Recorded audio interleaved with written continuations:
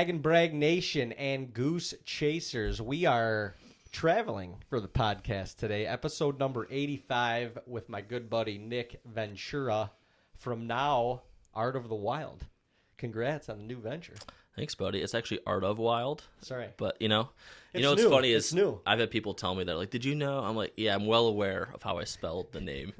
85, dude, I had no idea it was that many. 85 episodes. Yeah, that's actually kind of like a monumental episode. Yeah, I mean, That's why we saved it for you. Yeah, 85.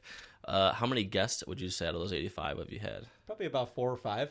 Yeah, you guys are pretty self-centered, I figured. Done a lot of solo podcasting in my day. I did the first 80 by myself, and then Dean joined in for the last 5. Well, 4, and now we're here. Yeah. No, but you guys have always been entertaining to me, so I think this is, we're talking before the podcast over some donuts, and I think this is like,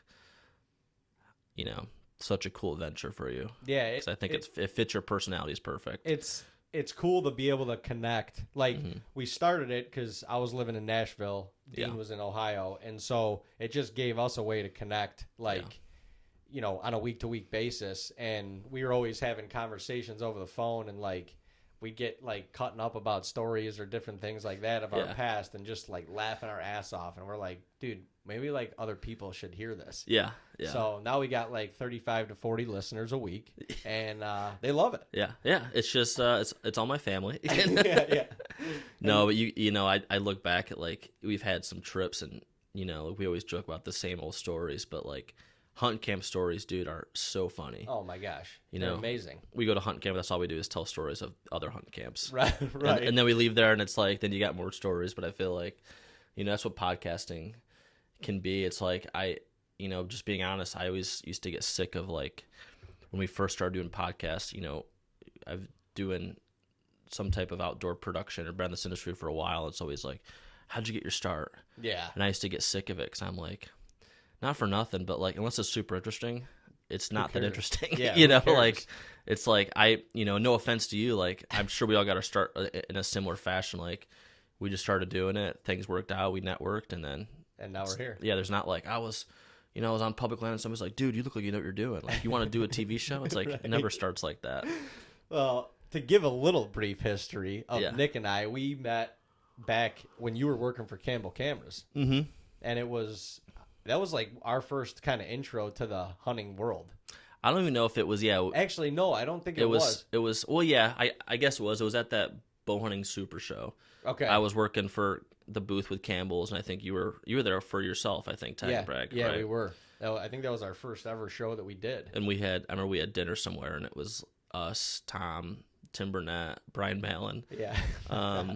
And I remember it was who are these two dudes? But we were similar age, so I think we kind of hit it off, and then it's just now we're here. Stayed in touch a little bit. Yeah, slept in the same James Burroge together. Yeah, we've had some close moments. Yes, we have.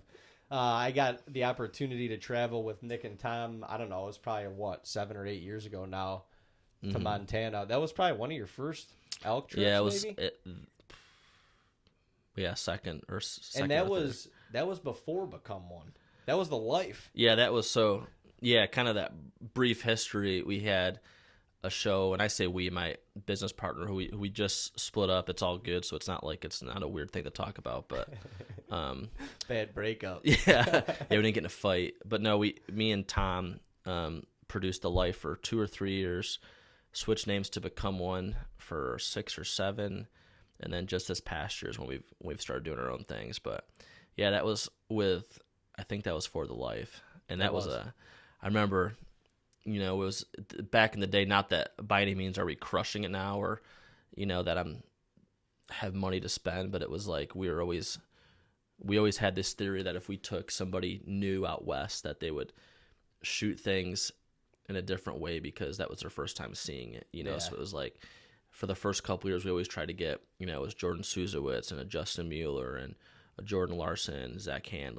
Every time we brought somebody, it was their first time hunting out west. And same with you. And I think it was a good theory, and I think it worked. It was just so pretty, mind blown. If you get someone that's been there 20 times, they're just oh yeah, that's how they always look. Right. But for us, it's the Mecca, you oh know. my gosh, it was insane. I remember the first morning, and we had the luxury of staying in a cabin, one of Matzinger's buddies' cabins, and it was absolutely beautiful. But the first morning we get up, whatever, 4:30, and we just start hiking in the dark, like just start going up, and it was just you and I. Mm-hmm. I think Tom and Josh and Matzinger maybe like split off into another group, but I remember just hiking for like an hour, like going up and up and up, and like I don't know anything besides like the mountain that's 3 feet in front of me that you know, and we were in great shape back then. Not that you know, it's just like it just kicks your ass.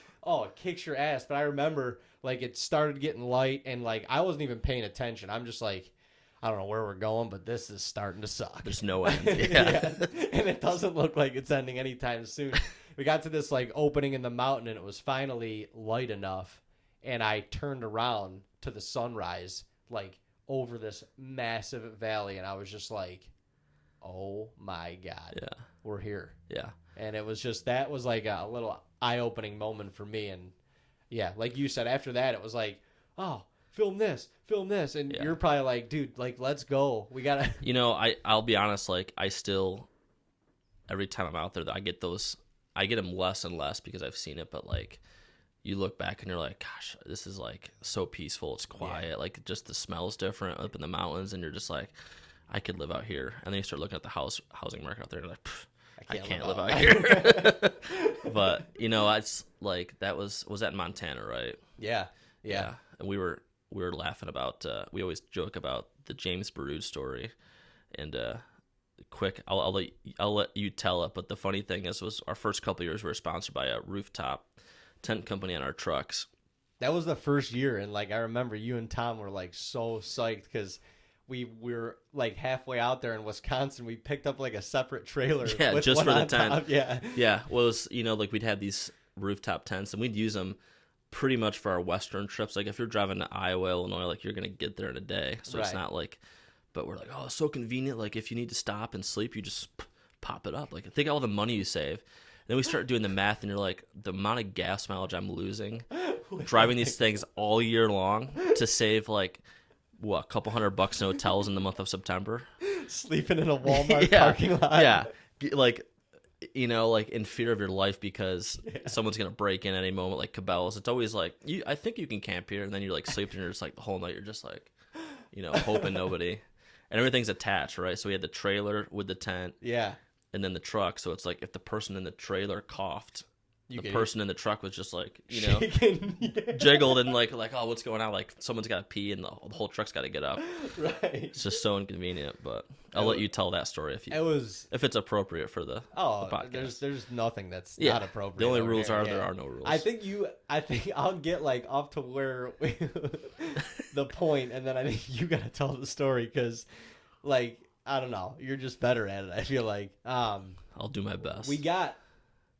So I didn't realize, like, when we started this journey out there, I mean, it was 26, 28-hour drive.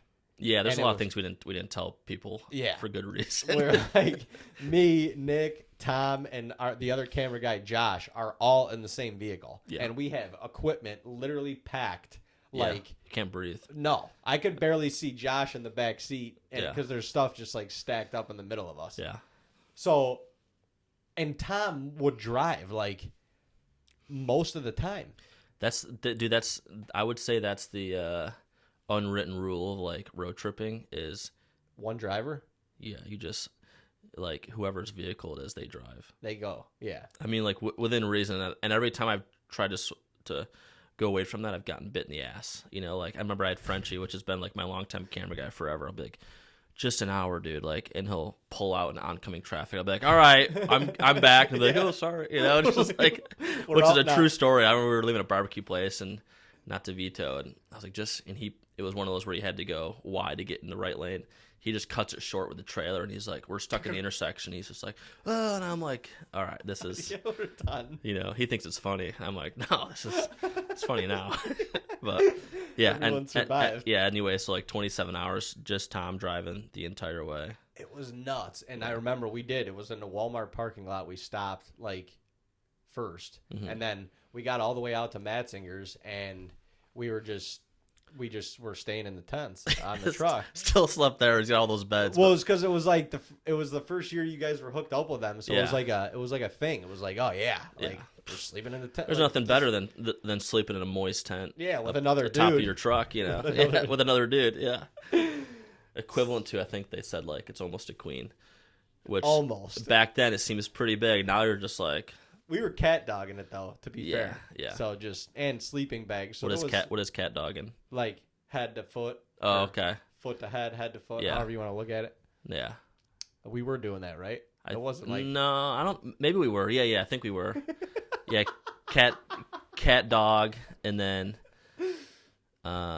never pulled a hole. Of course, everybody knows that. Opposite. Right. So we get the Matzingers, and I think it was like evening, whatever. We had dinner, we had a couple drinks, and then we pulled out into like You're really setting this up, man, with a couple of drinks. We lit a fire. Nick had some chocolates. Yeah. So we like, I don't know why, but we like pulled out into like the field behind his house. Maybe it was because we might have been getting like. Yeah, maybe pictures or video, or something like that, with it all sounds popped like us up or whatever. And I don't know. Nick crawled up into this thing like well earlier than I did. Maybe I was shooting some stuff. I can't really remember. But you can take it from here. Yeah, I just remember. You know, I don't even know if this was the first time, because it had to be the first time we slept in the tent, I would think, right? Well, no, it was the second, because we did the Walmart parking lot. Is this the Gene story we're telling? Yeah. Okay. Yeah. So I remember we get up to the tent, and it was cold. It was freezing though. Yeah, it's always freezing. It's always like, oh, we got our sleeping bag, but it's just like the sleeping bags have been up there the whole time, so they're cold, freezing cold. Yeah. You know, it's at. So I remember I get up there, and I had already done a couple of trips in the summer, I think, with other people. So to me, it was just like, whatever. I've gotten past, like, you know, being in a tent with another dude. You know, it's like, been there, done that. But, ain't my first. I remember it was like, you know, and me and Dave still didn't know each other well at this point, so it was like we were having fun, but it wasn't like, you know, we were best buds. Right. And we get up there, and I'm sleeping. I get in my sleeping bag, and I can't sleep with pants on a sleeping bag. It should be illegal, you know. And Dave gets up there, and I can just see his wheels turn. He's like, "What are you? Are you wearing jeans under there? Or like what do you got rocking? You know?" Like, he's like, well, he started making fun of me. He's like, "Dude, you're gonna sleep in your jeans?" And I'm like, "I don't know what I'm doing, man. Like, I don't know what I'm doing." Trying to get Dave out of his pants in the tent. Like, I barely know you, dude. This is not comfortable for me. I thought I was working. Yeah. Making that money. So did you take the jeans off? Well, yeah, I think you gave me such I forced you. Yeah. You gave me such a hard time, and Nick's all cocooned in his sleeping bag, and he's like, "You're going to sleep in your jeans?" And I'm like, "Yeah, I don't know what I mean, it's 30 degrees out here. Like, what do you mean I'm freezing right now. I'm not even in the tent yet." It's just like, I don't think you sleep in jeans unless like you forget to take them off. And I was like, I kind of like looked at him, gave him a little inquisitive look, and I'm like, "Are you sleeping in your jeans?" He started dying. He's like, "Dude, take your jeans off." Let me help you. Yeah, that was and that was before the hunt even started. I think that was like, you know, they kind of set the tone, and we couldn't wait to get, you know, it's like, I mean, I think you'll attest this when you do this, you're always so positive about who you work with, and like, you just like, when you get a new product, like, I'm sure you and Dean are the same way. You're just like, "Oh, this is cool and this is great," and you know, and those tents were awesome products. Yeah. But they're built for guys that like to overland and like to camp and this and that. And it was like, I think Tom enjoyed it more. He's more of the camping type, but to me, I'm just like, it was just a hassle. Like, when you drive for so long, the last thing I wanted to do was like, you know, find a parking lot somewhere that I could sleep in, and then go up and ladder up and set this tent up. And it was just like, you know, it was a wild, like, setup, tear down. I mean, it took it took a little while. Yeah, they're on spring, so it was like you did the one side and the other side wanted to like escape to the sky. Right. You know, you're just and like... if you didn't have your sleeping bag and your pillow and everything in there like perfectly, it wanted to just like shoot right back up. The rig looked badass though with that tent on there. Like, and with the trailer and the tent on that one, and once we had it all like set up at camp, you could kind of like unravel that trailer, like went out to like, it had like a little overhang and like it was almost like a little awning. Cabin setup. You remember and we always were like, you know, you could go out west and just sleep in that tent. The issue was you have to set up and turn on that tent every single time you wanted to go hunting and drive the truck everywhere. Yeah.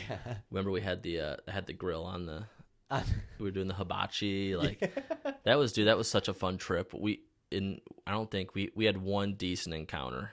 We had one it was the first evening, I think, and Lance came with us and he was calling behind us and we had like that bull was screaming. Yeah. Screaming. We were right up against this like massive, just dense pine thicket, and you could just hear all the elk coming down through there. And it was like, for me, you know, you hear bugles and stuff on TV and all that, but like there's nothing like experiencing that firsthand. Yeah. There really isn't.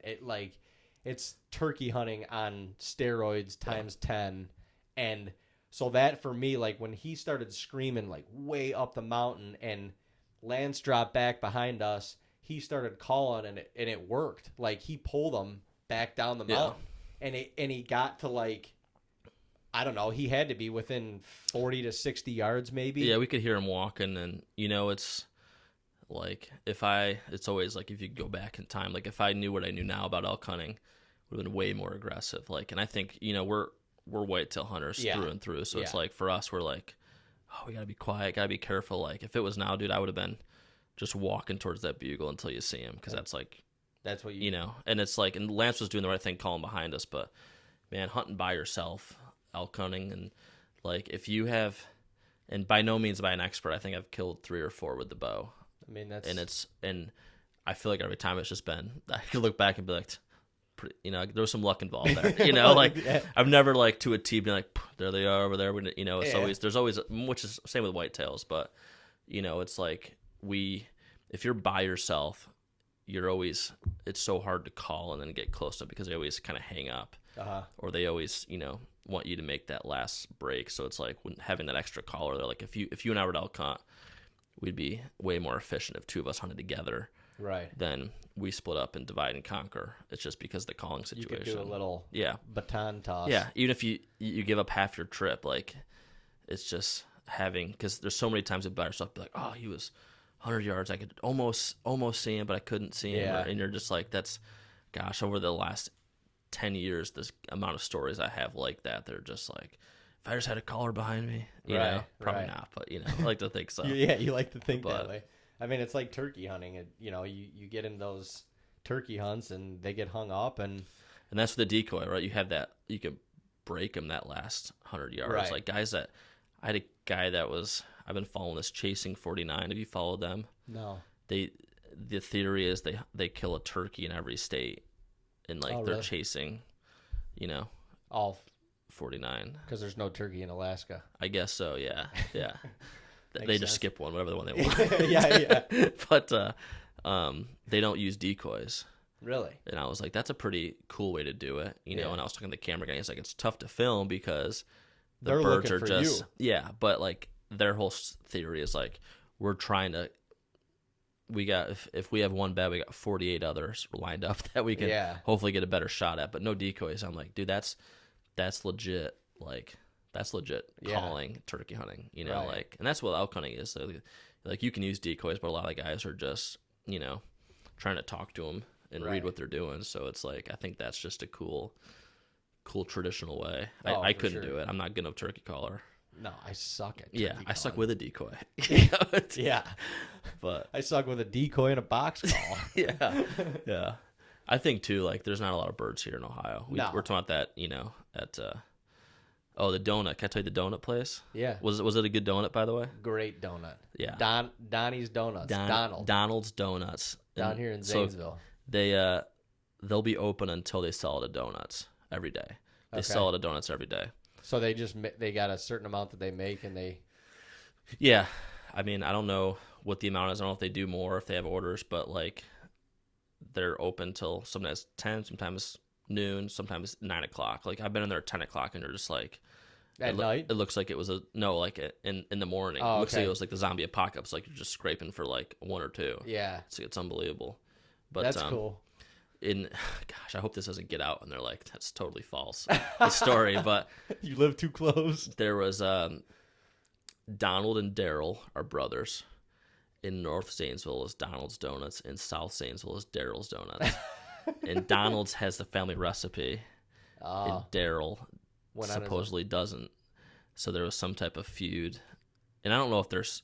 Donnie I don't know Daryl. if now they're like at get-togethers to get at Thanksgiving or Christmas if they like bring their own donuts to the party, but like they taste very similar. But like you go in South Zanesville, it's like everyone goes there, and everyone in north of 70 is like, you gotta go to Donald's. Yeah, you can't go to. But it's just you like, go to Daryl's. You go to Daryl's, like what is wrong with you? But it's like you can sit at the bar and eat a donut, which is like kind of unheard of. Yeah, you know? No, it's a cool spot. It's old, like the old, what would it say, old 1960s green, like or lime something? green, like diner look. Yeah, yeah. They just have those like circular bar stools that are permanent into the floor, and a couple like tiny tables around the side. Yeah, no, anytime somebody comes here, my parents, they always go there, and I think it's a cool little. You can probably hear some good stories in that place. Yeah, there's a bunch of old groups that sit in the corner and they just cut it up. Yeah. It's always politics too. You can always, we're a pretty conservative area, so it doesn't get too crazy, but Do you remember the trip that we took? I don't know. I just thought of this because we get to see each other maybe like. Yeah, a couple times a year if we're lucky. Yeah. Yeah. And it's been a little bit more frequent lately, which is nice. But the 1 year after ATA, it was like a last minute thing. Illinois. You and Tom asked Dean and I to come film you guys in Illinois. Dude. And we were at that Outfitter, and that was a freaking trip. Yeah, won't release the name, but we were Joe Sir was on it. Yeah, he was there. I remember we met him. So we were hunting this place because we were going to do an event there potentially the next year. So we hunted late season, which it's always, late season's so hard. It's hit or miss. Especially you're either in them or you're not. With no bait, like you're hunting deer that have already been through gun season. Right. The food's getting minimal, so you're like, we went out there, and I remember it was an old church, right? Which has potential. Maybe does now has to be a super cool lodge. Yeah. Right? Well, I mean, it was a pretty cool layout, and there was a lot of space for a lot of people, honestly. Yeah, and me and you more than me, but like we're very Italian, and we love pasta, sauce, cutlets. We always I know cooking. You guys cutlets is like your staple, right? Yep. But we were after a couple days of just some brutal meals, and me and Dave are like, we got the Brown County Bruiser. Remember that? Me and Dave How could I forget? Yeah, me and Dave are like, we got to make some cutlets. So in the freezer there was like one package of venison that gosh knows how long that's been there. When we thawed it had like that dark strip on the outside of it, like that thing. Like we trimmed it up a little bit. We did trim it up a little bit, but it was not. But we got the necessities, and I remember we had no meat tenderizer, No meat tenderizer. There was no like electric fry pan. It was like straight on the gas, like like just like a regular skillet. Yeah. And I remember me and Dave in this old church kitchen with a frying pan just smacking this venison. I won't say smacking the meat. That's trying so hard not to say it. Say it. Smacking the meat in the church kitchen. And literally just trying so hard to make anything out of a cup. Yeah. I don't know if we made it, but it wasn't like it wasn't ideal. Yeah. And because we had to use the same pan that we just mutilated to cook the meat after. Yeah, we did. And I remember after a while, like the gas burner like would get the oil so hot that like the cutlets would just be like completely charred coming out of it. Yeah. And we made like we kind of like half-assed like a pot of sauce too, I think. And yeah, I think we did some type of jar. But I remember me and Dave were like, oh, we're gonna make the best cutlets for you guys. Like you just wait. And we quickly realized they'll probably never have cutlets again. This is gonna be tough. To this day, nobody at that campus had cutlets. But it was far better than any other meal that we had, I think. Yeah, dude. I love diners, but that diner, man, you would eat food and it just felt like it just went right to your stomach and just stays there for days. Yeah, it rocked up pretty good. Yeah, it was like cement. Yeah. Well, so what have we had? We had Montana.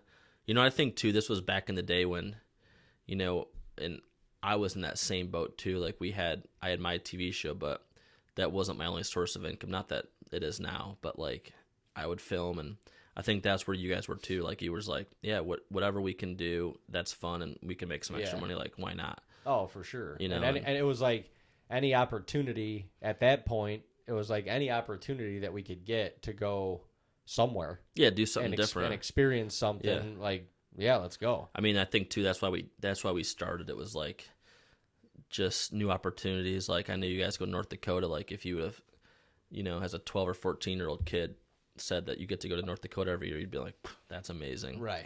So it's always like, I think too, that always brings me back when I have like a trip that's a flop, or you get out there and the weather's bad or the deer aren't there and you're just like, you're down yourself and you're just like, dude, if I could go back as a 12-year-old and be like, oh, you're having a bad hunt in Iowa right now, they'd be like, dude, you're in Iowa? Like, how epic is that? Right. So it's just like...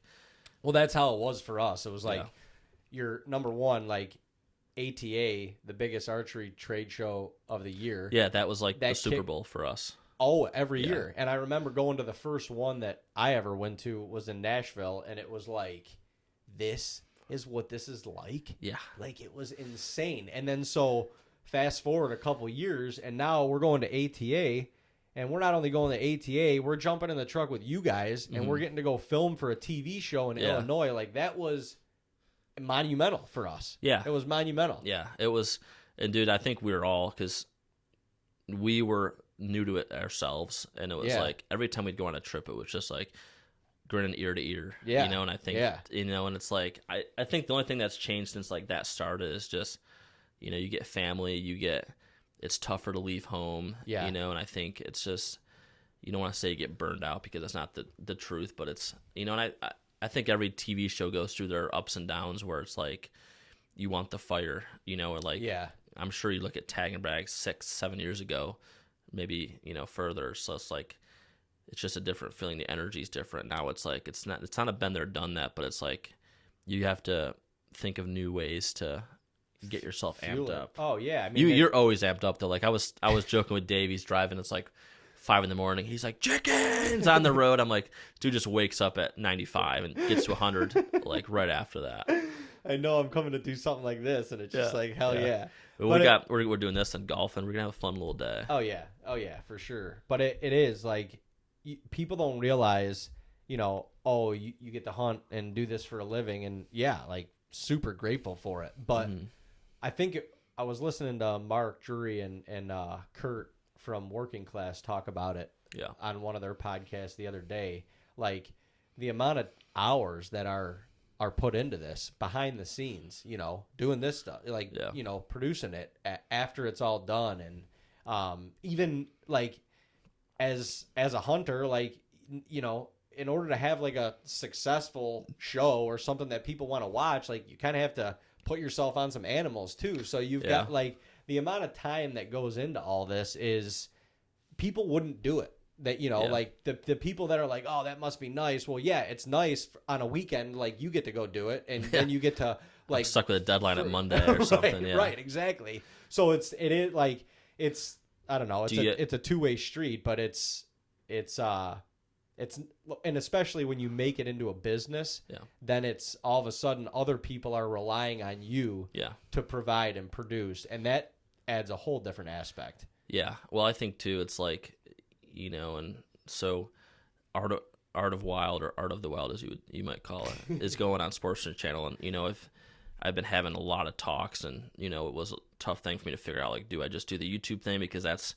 what's popular right now, or do I stick with the network thing? And I think one of the things I kept going back to is, and I think you can attest this on the other side of it. Like I would say, you do much more than just YouTube. You do the semi-live stuff, and you guys do a great job at that. But the thing for me was if I commit to the network, I know I have to get at least 10 episodes. I know I have to travel and do that. And I've seen people that don't have the drive, or when they're at the tail end, go from network to YouTube, and it's like, well, now they don't have any, like, they can do 3 or 4 hunts and be like, that's okay. Right. And they just kind of lose that, that drive or that. So it's like, for me, I've always thought content is king. So it's like, and it's, whether it's high quality or just content, it doesn't matter. It's like there needs to be content and quality if it's not quantity. Right. Or needs to be quantity if it's not quality, maybe vice versa, I guess. But yeah, it is.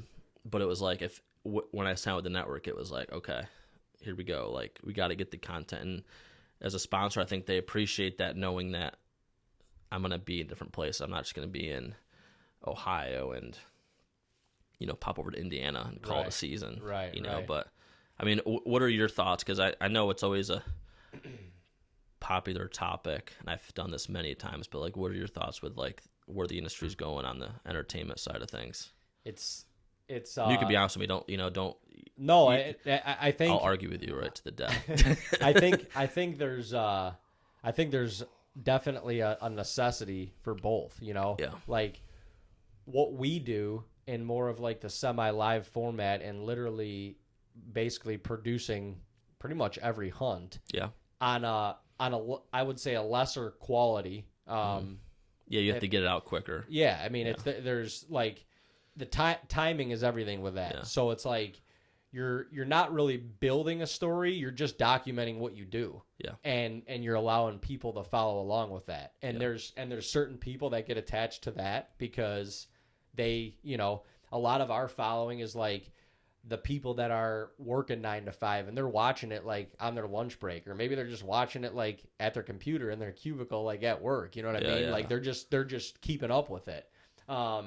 And for us, you still have to keep like that fire alive a little bit where, obviously we have our place in New York, we hunt Ohio, we'll go down to Tennessee with Uncle Jay, but like, and then North Dakota's kind of become like a normal thing for us early season, but you still got to throw like another trip or two into the mix just to kind of, keep people guessing and like people appreciate the same stuff, but they're also like when you do something new, it's just like, well, and it gets like even on our end it gets redundant because like we got 200 acres in New York. I've sat in every stand, I've filmed in every stand. Like there's not like there's not a lot of unknown in that world anymore. Does that make having your own place like that, does that make New York like, I've always just wondered, I've never had that situation, but I guess my fear is always like, once I learn the property and quote unquote know it and master it, know what the deer do, is like, does it take kind of that drive out of it a little bit? For me, it does. Yeah. For Dean, loves it. So like he loves manipulating the property, and like he gets into like the finer details of like, oh, we had, this is a 5-acre field. We had 3 acres of beans and 2 acres of corn, and this year we're gonna do 2 acres of beans and an acre of corn, and then we're going to do some brassicas over here. And like, he loves the, like that manipulation of it. And so I asked, and I asked this because I got a really good answer on this. I asked Greg Ritz, who I work with, if you're going to drop a name of Mark Drury, I'm going to go with Greg Ritz just to combat that. But I asked him because he's got a bunch of ground in Illinois, and I've been out there and I shot a buck there last year, which was a pinch me moment, and I was like, do you ever feel like having this property and knowing what the deer do so well that it like takes that drive out of it, of like, you kind of mastered it, right? Like, you can come out and shoot a deer whenever you want for the most part. Get the weather right, like, what the deer are going to do. And he's like, yeah, it does. He's like, the only difference is I've shifted my mindset of trying to learn the property to building it for a specific deer. Right. So right. like, and you watch, if you follow him, like he'll go out there and every year he's after pretty much one or two deer. Yeah. So he's like, he will manipulate the property, the food plot, the blinds, his access to get that deer in an area where he thinks he can kill him. Right. And I'm like, okay, I could see that, because for me, like, we've had a lease for a long time, and I'm like, it just doesn't excite me as much. Like, I love going out and sitting there. Hunting is hunting. Yeah. But it's like, I'm like, no, I know what the deer are doing. Like, right. I'm pretty confident I can go out there and harvest a Pope and young whitetail. Yeah. Which, in the property is amazing. But I'm just like, is there something else down the road that I could try now? And, you know. Well, the unknown, like for me, the unknown of the hunt, especially at a young age, is what drove me to keep coming back. Yeah. Because it was like, I'd be sitting in school like, man, like we saw like a basket 8 last weekend. Yeah. Like, what are we gonna see this weekend? Yeah. You know what I mean? And like, it's last weekend was October, and this weekend's November, and like now it's gonna be on. You know. So it was like that unknown portion of it is what drove me, and it is like as much trail cameras, everything just kind of changed that. Yeah, that's changed it, and I mean, I think like the food plotting and the land management and all that stuff is awesome. Yeah, and like there is something to be said for like hunting a specific deer. Yeah, but that also brings in my opinion, it brings an unnecessary stress to the hunt. You know, because now you're worried about other people. Yeah. You know what I mean? Yeah. And that's like, I don't want to worry about that. You know. Do you ever get I think too, actually went off on a tangent. We were talking about YouTube and TV. Did you ever and now we're talking about, whatever, but now I was just gonna ask you, did you ever feel the stress of like when you don't kill or like having a rough year? Does it like, because mentally for me it gets to me good. Especially when it's like, if I'm not pulling my weight, or especially if I'm on my own, I'm just like, just missing out. Like I gotta next week I better, it's just, and I feel like that's the content thing is tough because that like, that's you like want to show everything. That's where I think there's a little bit of a difference between like the TV world and like YouTube and stuff, because no matter what, like you're gonna see it with us, like. Oh, you think I'm faking it? Well, no, I'm not saying you're faking it, but like, people want to see the kills. Yeah, people want to see the kills, especially on TV. Like that's kind of what they're there for. Mm-hmm. So that part of it doesn't suck as much because I know, okay, got myself, and it happened to me this year, like late season. I shouldered a buck that I was after, kind of down this way by like a little north of Columbus. Yep. And I had it was like a 3-day, hunt that I documented. And on the second day I hit him, and then I tracked him a whole nother day. And a week later I came back and I actually found him in a drone, still alive. Oh, really? But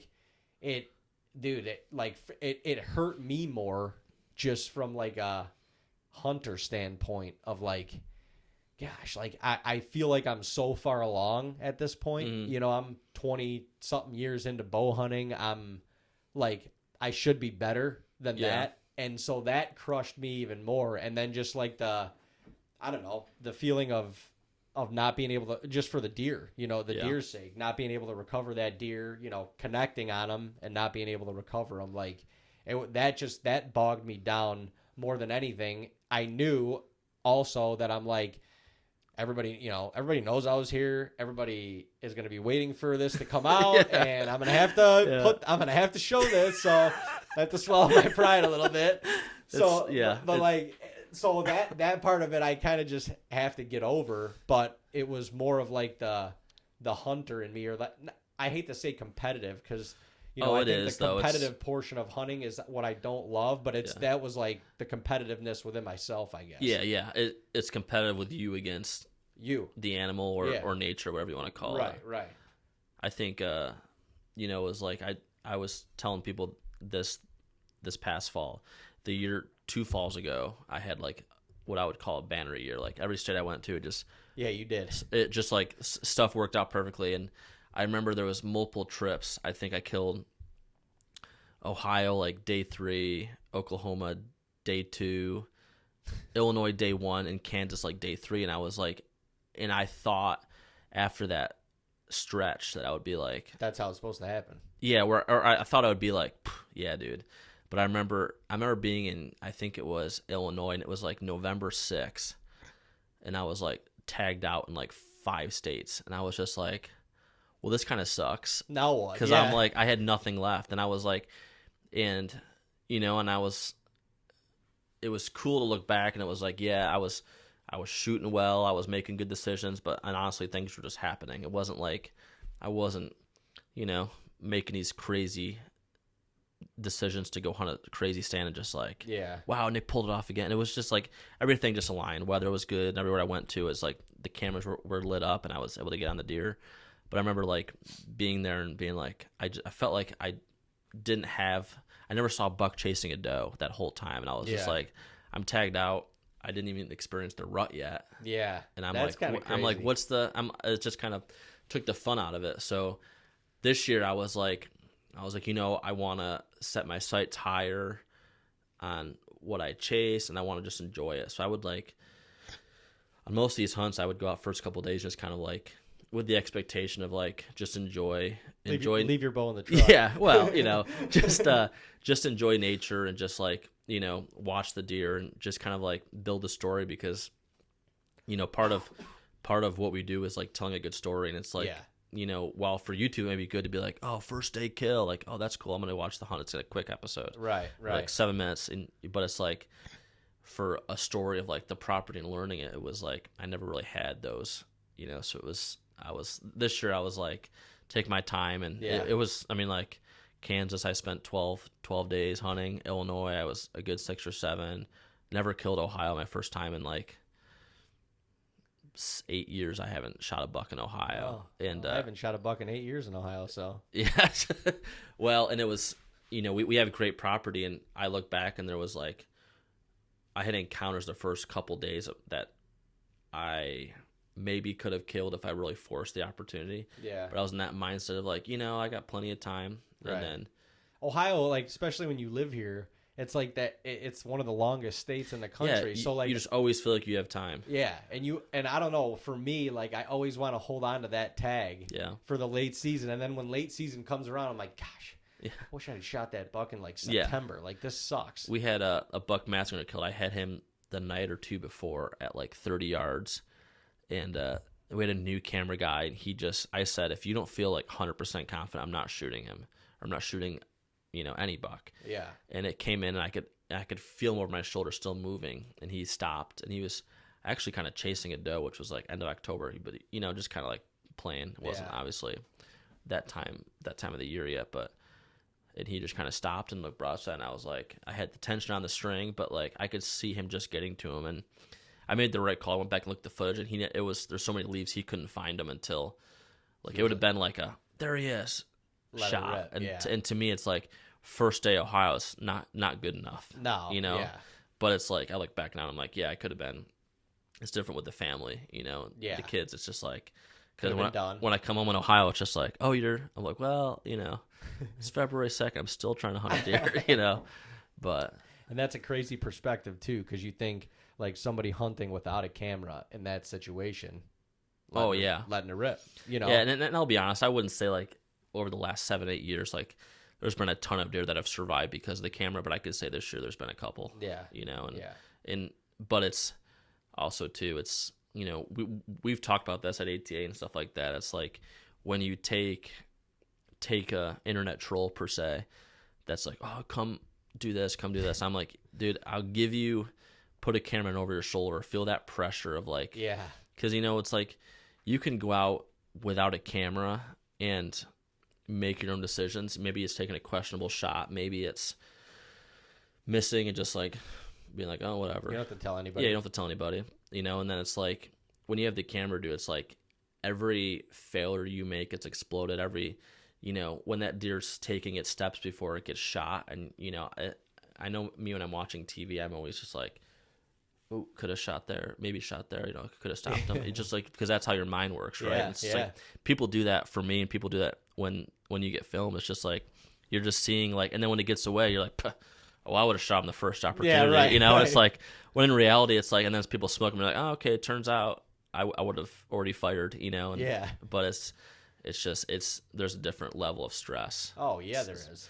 And so it's like we've always said, like, I'd love to take somebody that's just like, oh, come do it. I'm like, all right, I'll do it. I'll do it in your world. You come do it in mine. Yeah, let's see how easy you think it is to shoot in front of somebody. Yeah, and then post it for millions of people to see. Right. Well, and then you realize over a lot of experiences like that you're waiting for that quote unquote perfect opportunity, so that it's the best opportunity for you to make the best of the opportunity. Yeah. You know, like you're not forcing. You realize after forcing a few things and they go wrong that you can't do that because you're exposing yourself. Yeah. You know what I mean? Yeah. And it's like there's part of that where it's like, okay, I hear you. You know, you may have taken that shot with nobody over your shoulder, but at the same time, I've done that before. I've clipped a limb, sailed an arrow into the sky, and like it didn't work, you know, and so it's through those experiences, it's like, no, you're waiting for that perfect opportunity so that you can make the best of it. I used to do seminars at Great American on like shot placement and stuff like that. And because I just have video footage, we could like talk about when you shoot, like what this deer did. And people loved it because you could like see real life experiences. But I remember I always told people in those seminars, I was like, you know, put the pressure on yourself. Like you go out day 2, miss a buck low, like the chances are the next time you shoot, you're gonna be holding high, subconsciously. And it's like that is the hardest thing for people to figure out. Like, and I've always said like, I love missing low. When I miss high, that means I panicked. I didn't. Because you miss low, there's a chance it drops in your arrow.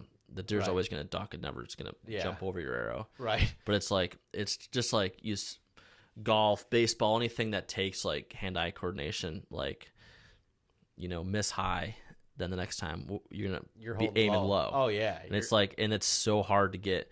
Once you can like make a good shot and are in that zone when things are moving, that's just like, it feels so easy. When you miss, the deer looks so small. You 30 yards, like, oh man, he could duck, and you're like, yeah, but he's, you know, it's just like it's bow hunting is, gosh, for people that don't do it, it's like so much more difficult than you think because there is such an element of unknown uncertainty every time you fire the arrow.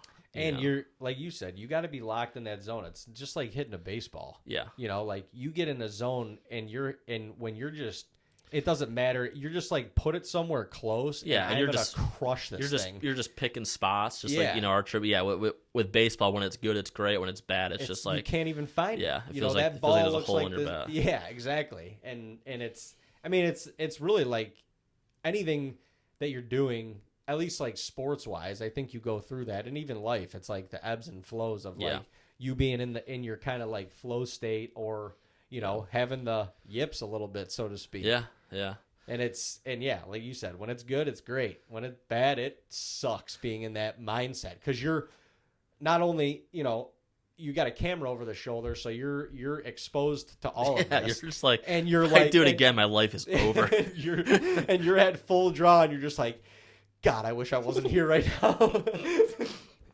Yeah, you're just, you know, it's just like you said, baseball, because we both played baseball, and it's like on the defensive side, when you have like an error, you just know don't hit it to me it's going to be one of those questionable plays where like you might make it, might not, but everyone feels like you should because you just made the error. Right. You know, and you're like, well, anybody would have done that, you know, but it's just like, it's the same with hunting. Like you have a bad experience and it's just like, oh, like here's another 3 or 4 opportunities to make you question everything you think you've ever taught yourself. Literally. Know? But. And then you got like you said, every armchair quarterback in the book that's watching you. They're like, oh my God, like, why did you aim there? Yeah, why did you slung it right over his back? I would have easily shot him. I mean, I got a really funny one. Actually, I'm going to pull up the email if I could find it.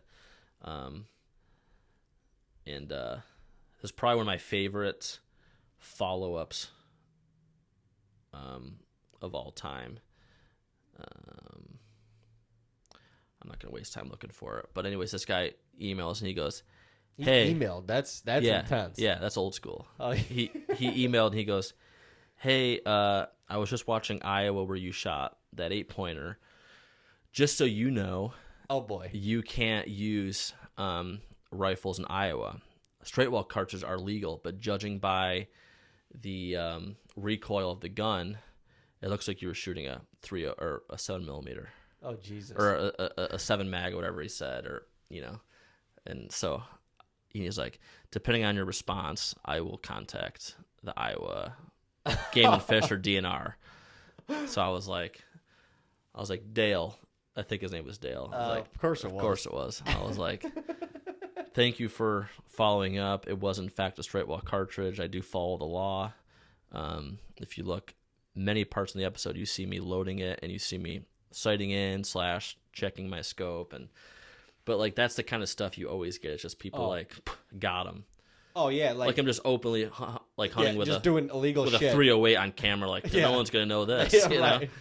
The buck that I shot in Ohio this year, and then I my buddy let me borrow his thermal drone just to go down and see if I could like find him alive or dead or alive, whatever. And dude, I got crucified for that thing. Oh, there was this guy that kept hammering us. Let me see the flight log.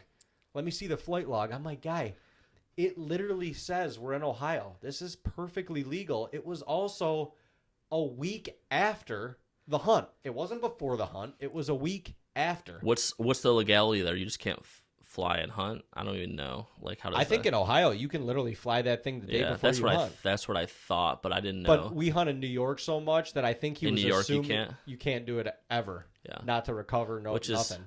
Which is dumb. In my opinion, it's like... Any state that doesn't give you the extra benefit of recovering the animal, especially, like light and knocks. Yeah.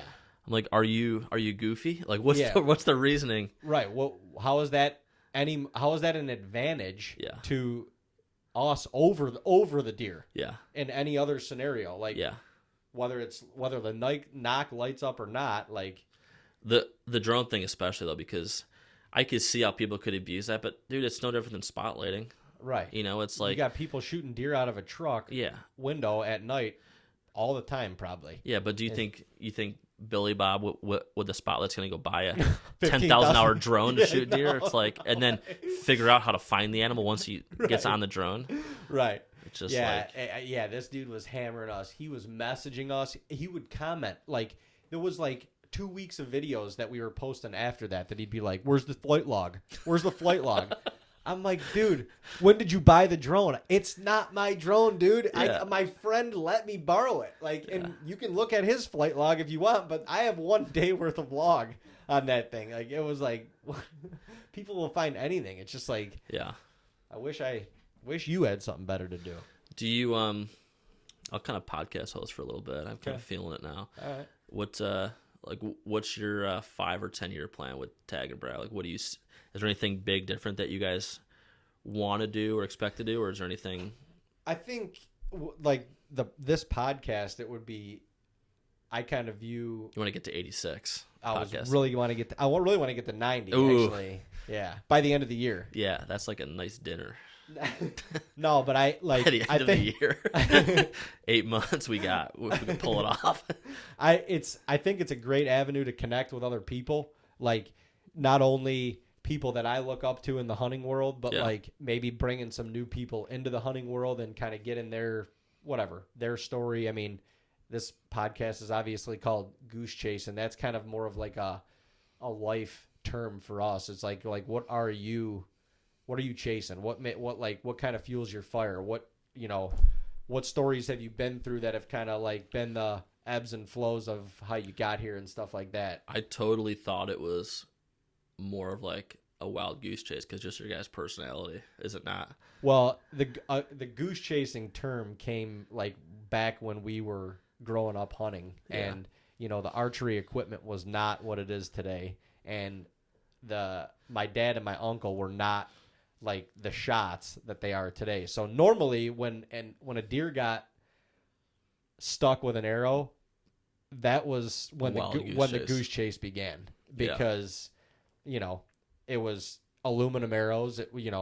Who knows if they were straight or not. There was 4 different broadheads in your quiver. Yeah. Those the fletchings were like those little like literal like feather fletchings and stuff, and it was like missing a couple. The arrow was, after it got released, was like like it was so different. And you still got it done, right? It's just like, still got it done. Maybe not shooting 40 plus yards, but but still killed deer. But it was like we learned so much about like the after the shot part of the hunt, which I think is a lost art in today's hunting world, and it's really important. We learned so much about that it was just I mean, there's probably stories that we shouldn't tell on here that I wish we could, you know? Yeah. But it's the reality of hunting, you know what I mean? Yeah. Like when the Indians back in the day were using literally a stick and a string and wooden arrows, you know, they weren't probably making perfect shots every time, and, you know, watching deer go down and like experiencing that portion of it. Like, and it was all for the food, you know?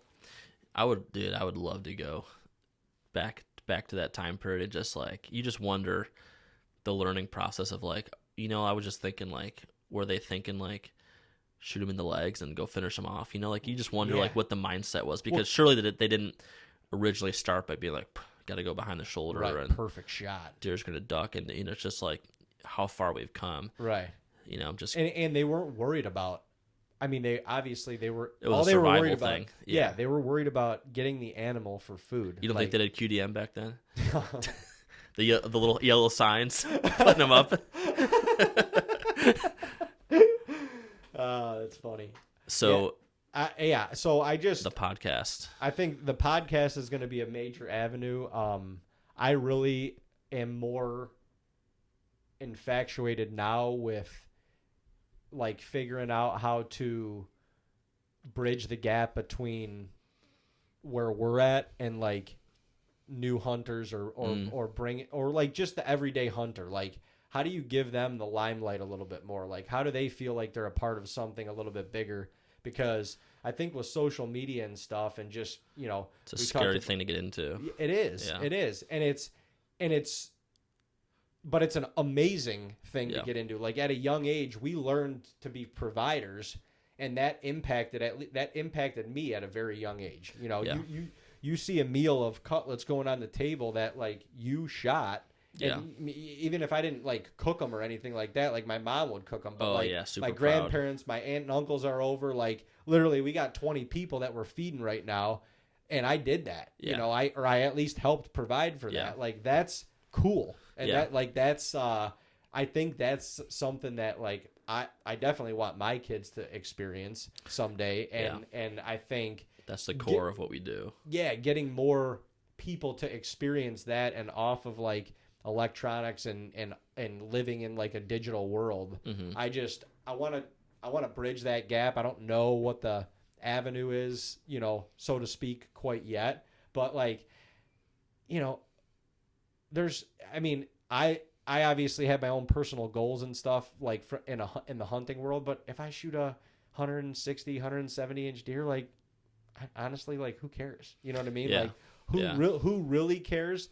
I think like telling a good story like you consistently do is amazing, but at the end of the day, for like, who cares if Dave Girizzo, you know, shoots a big deer? Like that's a personal accomplishment for me, but how do like that does nothing to bring more people for the better of into it, and in fact it probably maybe deters a couple people because they're like, oh, I shot that 6-pointer, I can't like show dude anybody. I fully like, and I'm sure your brother would agree with this, or maybe in a couple of years he would understand this, but like with Bo and Coulter, my two boys, and having a third one, I'm very like, the crossbow thing for me was a big thing. Like I was those people, maybe not openly, but being like, yeah, dude, crossbow's hurting the archery world. Like it's scary. And now I'm like, I'm fully on board, because to me, I'm like, I don't want Bo to be like, oh, well, dad never shot a deer with a crossbow. Like I'm gonna wait till I'm old enough to. I'm just thinking like, making sure, and I'm just thinking like, I want to make sure he knows that it's okay. So I'm gonna go out and hunt with the crossbow, because honestly, I don't give a rat's ass what other people think. If I shoot a 170-inch deer with a crossbow, like I hope it's not that. I hope it's a couple does and a decent buck. Like I'd be stoked with that. But to me, I'm like, I don't care anymore, because like I want to make sure that they know they can do. And I think too, that's a solid. You know, I think people forget sometimes who's watching. And it's like, you want to get people in the sport, you want to keep hunting alive. It's like, stop pigeonholing people into what they can use. Right. Like stop saying, oh, guns aren't cool, or they need to get rid of the gun season, needs to be shorter. It's like, well, the crossbows are really good. Right. That's a really good way for people to be like, it's a really good way for kids to get into it, because I could probably take Bo out in a year or two. He's going to be 4. I would say at 5 or 6, like I can go out with him and shoot a doe. He'll be ready and that's to roll. going to get him hooked. Oh, yeah. If he waits till he's 14, we could draw a bow back. Like, you know how much other crap because he's going to learn to like and do and with his buddies. And it's just like, you know, like I think we're very lucky that we stay with hunting as long as we did, because you look at a lot of your buddies that parents hunted or uncles that hunted, and you're like, you know, like if you couldn't do it in today's world, if I couldn't hunt till I was 16 or 14 now, like there's a good chance I wouldn't be hunting. Like there's just too many other hobbies and things to like get obsessed with. Right. Sports now, you know, I'm just like, so. Well, and I think, I that's a great perspective. And even like it goes back to like even like a corn pile debate or like bait. Oh yeah, stuff dude. Like that. It's like, who gives?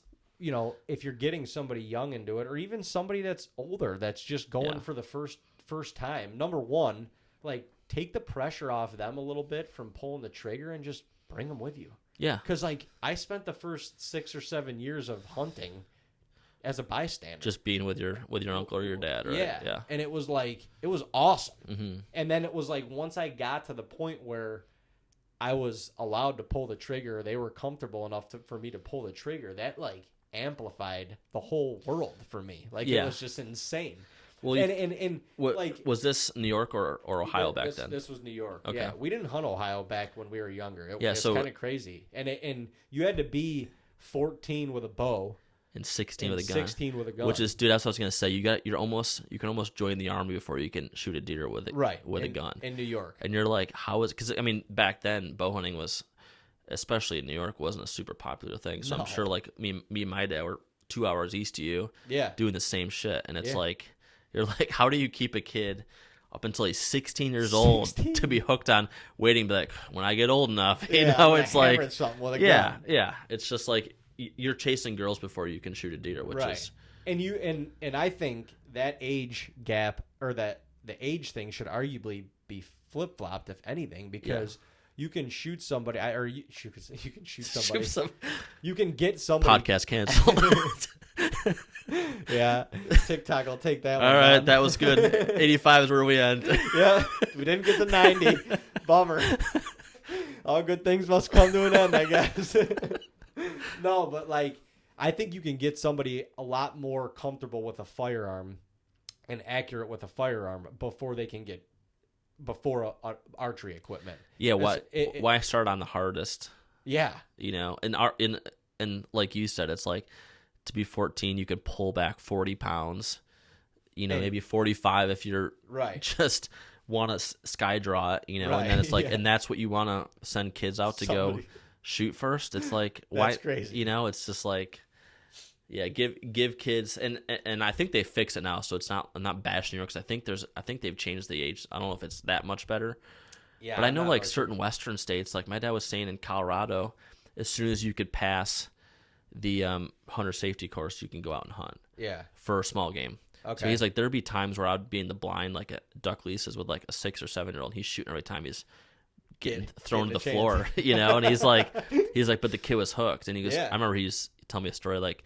The 6-year-old passed the test, or the 8-year-old, I could be off in a couple years, but his older brother was 2 years older, didn't pass the test, so he had to watch his younger brother. Oh man, that would be gut wrenching. Oh dude, that would kill me. I wouldn't even. But you know, it's like, yeah, dude, we've got to do, as hunters, I think we've just got to do a better job at, like, you can have your own goals, you can have your own, like, you know, like what you're set out to be after, and that's perfectly fine. Yeah. But thinking that everybody else should be at that level is ignorant. You know, like, and we've got to do a better job of just trying to bridge the gap a little bit and lightening the load, you know, like. Yeah, it naturally happens, right? Like, I think you go to your Illinois, your Iowa, where there's these parcels that are just growing monster whitetails. Like, chances are the neighboring properties around there are going to get bought out by high-end hunters, trophy hunters. So it's just like, I think there's like a natural way of it working itself out. You know, like, once in a while you'll get Nick or Dave to come in, taking their kids out that are just trying to get them to learn. And not that we're not trophy hunters, because we are, but I think, you know, it's like, I'm with you. Like I see a bigger picture, and I look at kids now, and I look at like my boys, and I'm like, gosh, I hope they all love it like I do, and I think they will. Like I do my best, but it's like, you know, you don't want to force them to it, but you know, if they understand it, that they'll probably love it, because like I can't imagine you not falling in love with this. Like, well, I don't see any other option to me. But if they see you loving it, then they're gonna love it. Yeah. But if you're sitting there stressing yourself out because you got to get this one deer, and the neighbor shot him, and all, you know, and now you're putting the pressure on your 6-year-old son to shoot a 130-inch deer or better. It's like, why? How do you expect them to like that? Yeah, like, how do you don't want to put that pressure on them? And dude, it is tough, because I already know, like, I'm ultra competitive. Yeah. And I'll just be biting my tongue, like, oh, yeah, it's okay that you missed, but God, I hope he makes the next shot. You know, like, it's just... We're filming this, bro. We're filming this. For a TV show, you gotta be happy. But it was funny. We shot it. I took him this year to shoot a doe with him. And so, you know, it was a food plot, and I put corn out so I could get the deer there, and I had it planned out. And, you know, I had my golfing buddy filming me just to more or less capture the moment. I don't think I'm going to air it. At first I wasn't going to film it, but I wanted, he's used to me filming everything, so I wanted him to feel like it was, you know, he was a part of it, the whole thing. And he loves the camera. Oh, that's awesome. Like, he loves taking pictures on my phone. If you look at my photo, you know, like my photos, there's like 35 photos of like the corner of the couch. So we're out there, and it's like, we get out there 10 minutes. I drive him right to the blind, drop him off, go back, and then walk in. You know, my buddy's there with him, and this doe comes out, and I had packed all these snacks for him. And as soon as we get in the blind, he's like, Dad, he's like, give me he's like, let me have the cheese stick. So I give him the cheese stick, and he's like, Dad, give me the goldfish. So he's just like, as soon as he gets the next snack. And I remember, this is the funny thing, is this doe comes out, and she's like in the far corner of the food plot, and, you know, she's kind of like, she's just milling around, like, and then all of a sudden I can see her, like, she fully commits, like, she's coming up to our side of the food plot. I was like, Bo, all right, here she comes, like, get ready. And he's like, okay. It's like, Dad, give me the meat stick first. So I'm like, put my bow down. I get the Jack Link's meat stick, and he's sitting there at the edge of the window. He's just like watching this doe come in, and he's just, and his, you know, like, Bo is like super white complexion, blonde hair. So, like, when he's in the blind, he just looks like you're holding a piece of paper. Like, he just, like, he's just, you know. So this doe is like, you know, she gets to the spot, and she's knows something's up. So I open the window, and Bo's just, like, sitting there eating the meat stick. And I'm like, this is never going to work. So she's at, like, 25 yards, 30 yards. And I'm like, Bo, can you see her? He's like, yep. And I draw, and she goes out another, like, she does, like, the 5 yard. Yeah. And it was really close to, like, letting down, because I was like, man, if I don't make this perfect shot, like, this could ruin everything. You know, like, if I just spine this deer and it starts screaming in the field, I'm just like, you know, like, that's, she's alert already. Worst case scenario, you know? Yeah. So I hold it low, like, and I'll show you the shot later. It's like, I mean, I'll be honest, like, I want to say I was holding maybe just below her armpit. Yeah. You know, and anybody that knows they're hunting, like, baited deer or does especially, like, they get after that jump. Like, they jump string hard. Oh, yeah. So I hold maybe an inch below her, and she drops right into a heart shot. When I go back and look at the footage, I'm probably 4 or 5 inches low, and I think it was because when she took that extra step, I didn't correctly guess it. Yeah, yeah. You know? So she drops heart shot. She's bleeding, goes right into the woods, and I know she falls right here. Yeah. So I'm like, perfect. She doesn't fall in his sight, right? But we can blood trail it. Yeah, yeah. And I look at Bo expecting, like, him to he's just like, just still eating the meat stick. Like, it didn't even phase him. And I'm like, what the heck? So I told my wife after, I was like, I think it's because he's seen so many deer up close that it's just like, to him, the excitement wasn't there. Yeah, yeah. And then we start blood trailing it. And, you know, we called my dad. My dad was like, oh, that's so nice, Bo. I'm so happy for you. And he's like, yeah, he's like, we shot deer. You know, he's like, it's just the cutest thing ever. Yeah, yeah. So we start blood trailing it. And then once he starts seeing the blood, he starts getting like, you could see him starting to like shake. Like, he's like, the adrenaline's now kicked in me, because now we're going to find this deer. Yeah, yeah, yeah. And he's like, we walk up to like me to the camera before he's like, I'm like, do you see it? He's like, no. just walking me. He's like, "Oh, there's more blood." And he's like, like you think about it's just such a weird thing to be excited about. And then finally he's like, "Dad, there it is." He goes up there and he's touching it. We take our picture. He's like, "Justin, take our picture." And that's awesome. So it was like, to me, it was like a core memory, but it was just like, I was expecting like me when I saw my first deer get shot in New York where there's no deer. Right. You're like unloading energy. Yeah, you're just like, holy crap. Like not only do we find the deer, we shot it like in New York. Like this is like, we just won the World Series, right, exactly. In Ohio, dude, it's like, it's so, like, some of these spots are so game rich, and this property is a great property. We've managed it well. And it was like, he didn't have the excitement. Now when I tell him I see a turkey, he thinks, it's like I just saw Elvis Presley walking down the street. Yeah. So he doesn't see those here. Right. But like for a deer, he's just like, oh yeah, it's another day. Yeah, another day. Like, yeah, they'll be in our yard every night. It's just like, to him, it's just like, oh yeah, that's cool. Yeah. Oh, but that's awesome. I'm excited for you when you get to that point in your life, because I think that's going to be a fun time. I'm excited too. Yeah, that's kind of the what I've set my sights on. You know, now is I want a family. I want to start bringing my next generation into this. And bunch of little Giarizzos. A bunch of little paisanos with red hair and red beards. Do you think, like, genetically, is there a good chance of that? Like, how does that work? I have no idea. Because your dad's not. My dad has dark hair. My mom has blonde hair. So I like. But you and me and Dean. Yeah. And Dean doesn't have any hair now, so. But his newborn came out with a full head of hair. Dark hair, right? Dark. Yeah. Like Alicia. Dark. I don't know if it was Alicia. She's like, "Now, are they twins?" And I was like, "Yes." Of course you were. Everybody asked that question. Yeah, I'm like, everybody. And it's because you guys are just close enough in age, both have the red hair. Yeah. And with a hat on and with our beard, like we're twins. Yeah, it's like you guys wake up every day like, well, let's look as close together as we can. Dude, it's so funny because we joke about this. I mean, we lived together for a couple years in college and like lived together for a couple years after college. I'm staying in his guest room right now just because I moved back to Ohio. But like inadvertently, we will show up somewhere or come out like going somewhere with literally the exact same shirt on or just the same, like no plan, no nothing. And one of us will just be like, all right, going to change. Yeah. But it's just, I don't know what it is. It's intuition or just in the blood or whatever, but it happens all the time. Yeah. But well, what do you say we go hit the links? Yeah, dude, I'm ready. I just looked at the clock. I see the sun peeking through. This is looking nice. But yeah, dude, I can't thank you enough for coming down. Like I love what you and Dean are doing. I think you guys are just super genuine people, and I know and wish you guys have a long, successful career. It's already been 10, 12 years. Like we started at the same time. It's about 10 but years. But it's somebody was telling me the other day there's certain people that you feel like they do it 10 or 12 years and you don't even know until it's like they hit their 20th year. Right.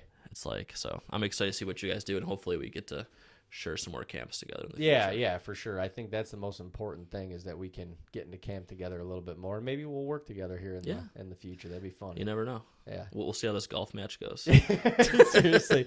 Well, give everybody where can they find you at now? Yeah, so Instagram, Art of Wild, Facebook, Art of Wild. I think Instagram is Art of Wild _TV. I'm on TikTok, which I'm struggling there because I have so many clips with weapons that keep getting taken down. It's tough as a hunter. But I will be on YouTube under my name, probably Nick Ventura. But yeah, if you follow Art of Wild, I'll be coming out Sportsmans Channel in July. So hopefully you guys all watch it, and just watch Tag and Brag Art of Wild. You'll get your fix of hunt content, hopefully. Hell yeah. Don't forget, if you don't subscribe to our channel, follow us on Facebook, Instagram, or TikTok, I guess. But it's hard to come by that content. Yeah, MySpace, whatever. Yeah. Vine, I think it was. I wish they'd bring that back. Yeah, hell yeah. But we are going to go hit the links. We guys hope you guys have a fantastic day, and we'll see you right back here next Wednesday on another episode of Goose Chasing.